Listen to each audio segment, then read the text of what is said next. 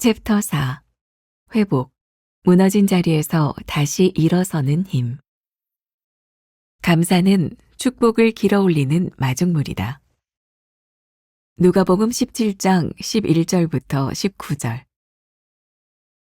예수께서 예루살렘으로 가실 때 사마리아와 갈릴리 사이로 지나가시다가 한 마을에 들어가시니 나병 환자 10명이 예수를 만나 멀리 서서 소리를 높여 이르시되 예수 선생님이여 우리를 불쌍히 여기소서 하거늘 보시고 이르시되 가서 제사장들에게 너희 몸을 보이라 하셨더니 그들이 가다가 깨끗함을 받은지라. 그 중에 한 사람이 자기가 나은 것을 보고 큰 소리로 하나님께 영광을 돌리며 돌아와 예수의 발 아래 엎드려 감사하니 그는 사마리아 사람이라. 예수께서 대답하여 이르시되 10사람이 다 깨끗함을 받지 아니하였느냐? 그 9은 어디 있느냐? 이 이방인 외에는 하나님께 영광을 돌리러 돌아온 자가 없느냐 하시고 그에게 이르시되 일어나 가라. 내 믿음이 너를 구원하였느니라 하시더라. 구원의 은혜는 모두에게 열려 있습니다. 한 마을에서 나병 환자 10명이 멀리서 예수님을 향해 예수 선생님이여 우리를 불쌍히 여기소서 하고 간청하자 예수님이 그들을 모두 깨끗하게 고쳐주셨습니다. 하나님의 은혜는 누구에게나 값없이 주어지며 이는 보편적인 은혜입니다. 주님은 나병 환자들이 유대인이건 사마리아인이건 따지지 않으셨습니다. 모두가 예수님의 말씀에 순종하여 치유의 은혜를 경험했지만 사마리아 사람 한 명만이 돌아와 예수님께 감사를 표했습니다. 주님이 원하시는 것은 기적의 놀라움이 아닌 구원의 기쁨입니다. 치유의 기적은 단순히 그들 모두에게 주어진 은혜에 불과합니다. 그러나 사마리아인만이 예수님께 영광을 돌리기 위해 돌아왔습니다. 그는 은혜를 구원으로 완성시키는 특별한 선택을 했습니다. 감사를 표현하지 못함으로써 구원이라는 더 좋은 기회를 잃기도 합니다. 감사의 고백을 몰랐던 제자들은 예수님이 십자가에 달리실 때 다 떠나가지 않았습니까? 감사는 축복을 길어올리는 마중물과도 같습니다. 감사라는 마중물 한 바가지만 부으면 축복의 생수가 넘치도록 솟아오를 것입니다. 축복을 받았습니까? 축복을 받은 후가 더 중요합니다. 하나님은 감사의 표현을 원하십니다. 우리도 정말 작은 것에도 감사하는 사람을 보면 그 사람에게 더 좋은 것을 주고 싶은 마음이 들지 않습니까? 하나님께 감사의 마음을 표현하십시오. 축복을 잘 가꾸는 사람이 지혜로운 사람입니다. 나는 감사 기도를 잘 드리는 사람입니까? 감사하면 불행이 끝나고 형통이 연장된다라는 말을 믿습니까? 모두에게 주어진 은혜를 당연하게 여긴 적은 없습니까? 오늘은 84번째 말씀입니다. 감사는 축복을 길어올리는 마중물이다. 이런 제목으로 말씀을 나눕니다. 계속해서 기적에 대한 말씀을 나누고 있는 것 기억하시죠? 누가복음 17장 오늘 본문에 나오는 이 말씀은 예수님께서 10명의 나병 환자를 고치신 이야기입니다. 그리고 우리가 잘 아는 것처럼 10명을 다 고쳐주셨는데 그 중에 한 사람 사마리아인만 예수님께 찾아와 감사를 표현하는 그런 내용이죠. 감사 그리고 축복. 우리는 축복을 받아야 감사할 수 있을 것 같아요. 근데 사실은 많은 부분은 우리들이 감사할 때 축복을 깨닫게 되는 경우가 참 많습니다. 그게 감사의 능력인 것 같아요. 그래서 오늘 말씀은 어쩌면 태도에 대한 문제일 수 있어요. 여러분들의 삶은 감사하는 태도가 있는가? 아니면 우리들은 늘 이렇게 축복을 갈구하는 것 때문에 감사하지 못하고 살아가는가? 여러분들이 한번 잘 이렇게 비교해 보면 좋겠다는 생각이 듭니다. 유명한 스펄전 목사님이 이런 말을 했어요. 촛불을 보고 감사하면 전등불을 주시고 전등불을 보고 감사하면 달빛을 주시고, 달빛을 보고 감사하면 햇빛을 주시고, 햇빛을 보고 감사하면 천국을 주신다. 불행할 때 감사하면 불행이 끝나고, 형통할 때 감사하면 형통이 연장된다. 촛불도 이미 존재하는 것이에요. 전등불도 존재하는 거예요. 달빛도 존재하고 햇빛도 존재합니다. 근데 이 감사가 작은 것에서부터 우리들이 감사하면 점점 더 다른 감사의 내용들이 보이게 되는 거예요.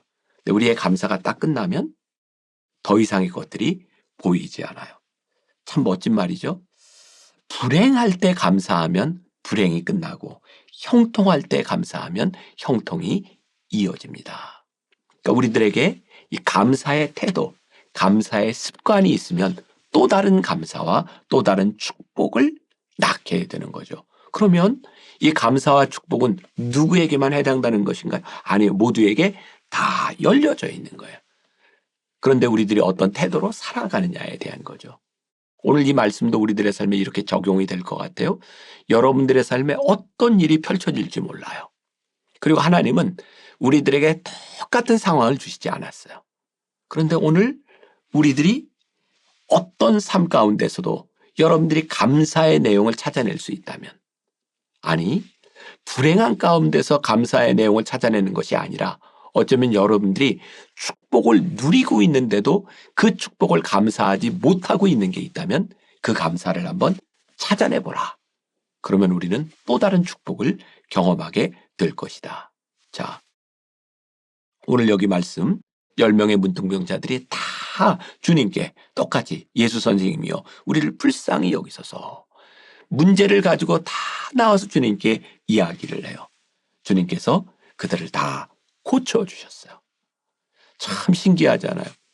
예수님이 고쳐주셨으면 너무너무 감사할 것 같은데 그 중에 9명은 주님께 대한 감사보다 내가 병 나은 것에 대한 자랑이 앞섰던 것 같아요. 뭐 성경에 자세히는 나와 있지 않지만 그들이 병 나았을 때 제일 먼저 하고 싶은 게 뭐였을까요? 가족들에게 찾아가서 나 나았다 이거 보여주고 싶었을 거고, 나병이 들었을 때는 하지 못하던 그들이 하고 싶었던 일들, 공동체에 들어갈 수 없었으니까 나병이 딱 낫는 순간 공동체에 들어가서 그들과 어울리고 싶은 마음들, 얼마나 하고 싶은 게 많았겠어요. 그들은 누리는 데 관심이 있었던 것 같아요. 근데 한 명, 꼭 성경은 이게 사마리아 사람 하나라고 이야기를 하죠. 사마리아 사람은 어떤 사람이에요? 진짜 감사할 것이 없는 사람. 유대인들에 비하면 너무나 소외됐던 그런 사람. 근데 사마리아인 한 사람이 예수님께 돌아와 감사를 표현하죠. 자, 잘 생각하고 적용해 보세요. 하나님께서 우리들에게 주신 기적과 우리들에게 주신 많은 축복들 가운데서 우리는 감사하고 있는가? 우리는 우리들에게 주신 것들을 누리고 싶어 하는가? 근데 중요한 것은 이 한 사람이 예수님께 찾아와 감사를 표현했을 때 9사람이 누리지 못하는 더 큰 일을 경험하게 되었다는 거예요. 하나님께서 우리들에게 주시는 축복은 단순히 누리는 데서 끝나는 것이 아니라 이 축복이 다음의 축복으로 이어갈 수 있다면 얼마나 복된 일일까? 이 감사의 태도가 우리를 좌우하는 거죠. 그런 찬양이 있어요. 왜 나만 겪는 고난이냐고 불평하지 마세요. 고난의 뒤편에 있는 주님이 주실 축복 미리 보면서 감사하세요. 너무 견디기 힘든 지금 이 순간에도 주님이 일하고 계시잖아요. 남들은 지쳐 앉아 있을지라도 당신만은 일어서세요. 힘을 내세요. 힘을 내세요. 주님이 손잡고 계시잖아요.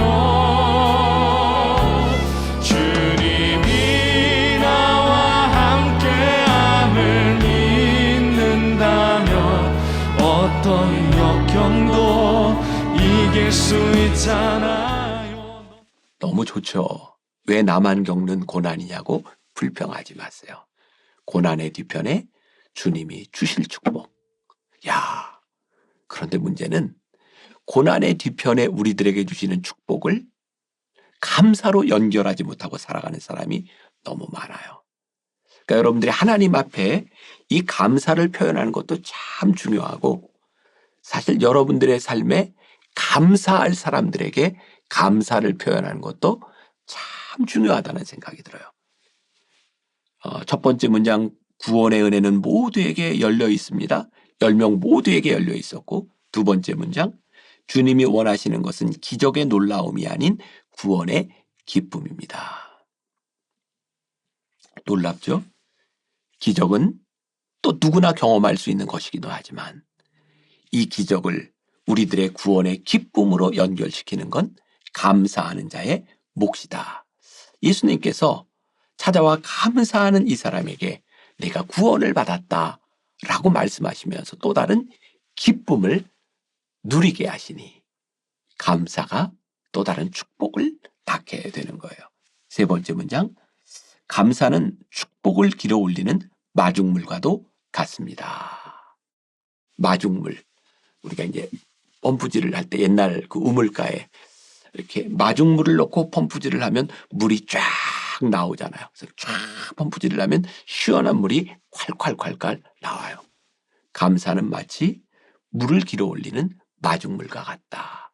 감사 한 바가지를 우리 인생에 쫙 붓고 펌프질을 하면 생수가 우리들에게 터져나온다. 한번 해보세요. 오늘 우리가 감사의 내용을 찾아 한번 표현하고 하나님 앞에 우리들이 원하는 기도도 참 좋지만 감사의 기도를 드리기 시작할 때 우리의 영이, 우리의 마음이 열려지지 않을까. 큰 감사도 있지만 작은 감사. 아마 감사하는 사람을 보면 우리가 더 좋은 것을 주고 싶지 않을까. 사실 제가 우리 이제 아들, 딸 이렇게 뭐 이제 세배를 하거나 이렇게 선물을 사주거나 엄마 아빠 생일이라고 이렇게 선물을 사주면 참 좋은데 받으면서 손해볼 각오를 해요. 아이고, 저놈이 무슨 돈이 있어서 이걸 샀을까? 그러면 틀림없이 그 다음에 더 많은 것들을 챙겨줘요. 왜? 그게 부모의 마음인 거예요. 더 해주고 싶어요. 여러분들의 삶을 풍요롭게 만드는 축복으로 이어가게 만드는 것이 바로 감사다. 하나님께도 그리고 사람들과의 관계에 있어서도. 그래서 저는 또 이렇게 얘기할 수 있을 것 같아요. 감사는 표현할수록 행복해진다.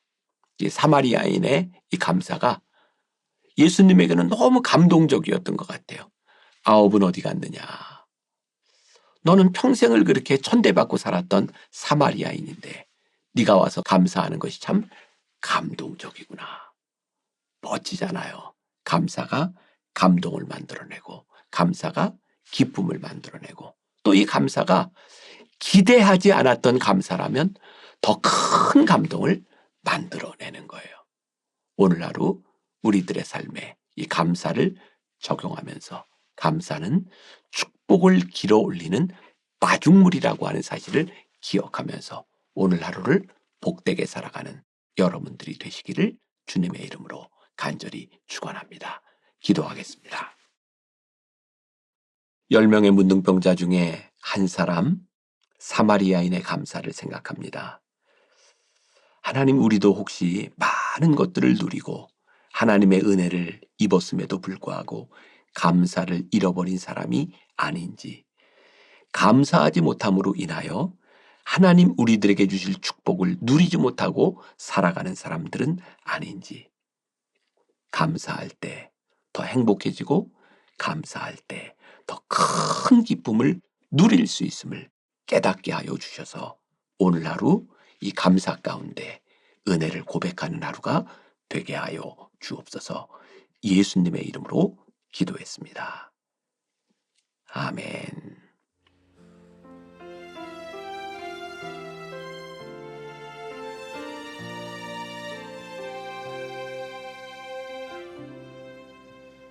내 맘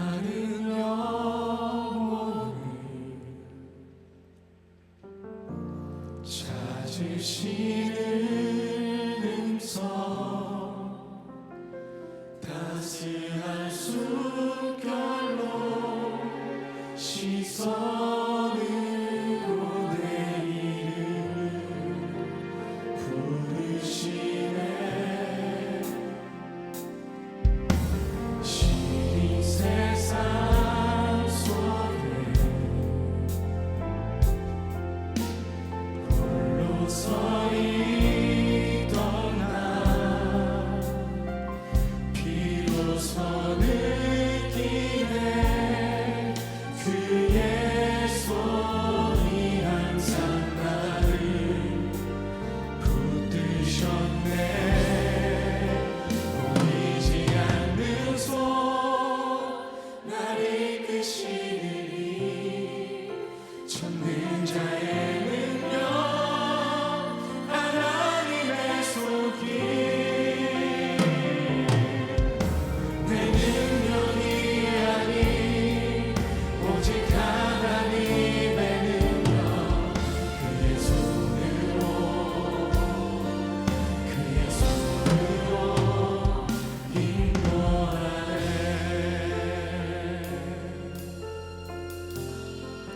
메마른 영혼을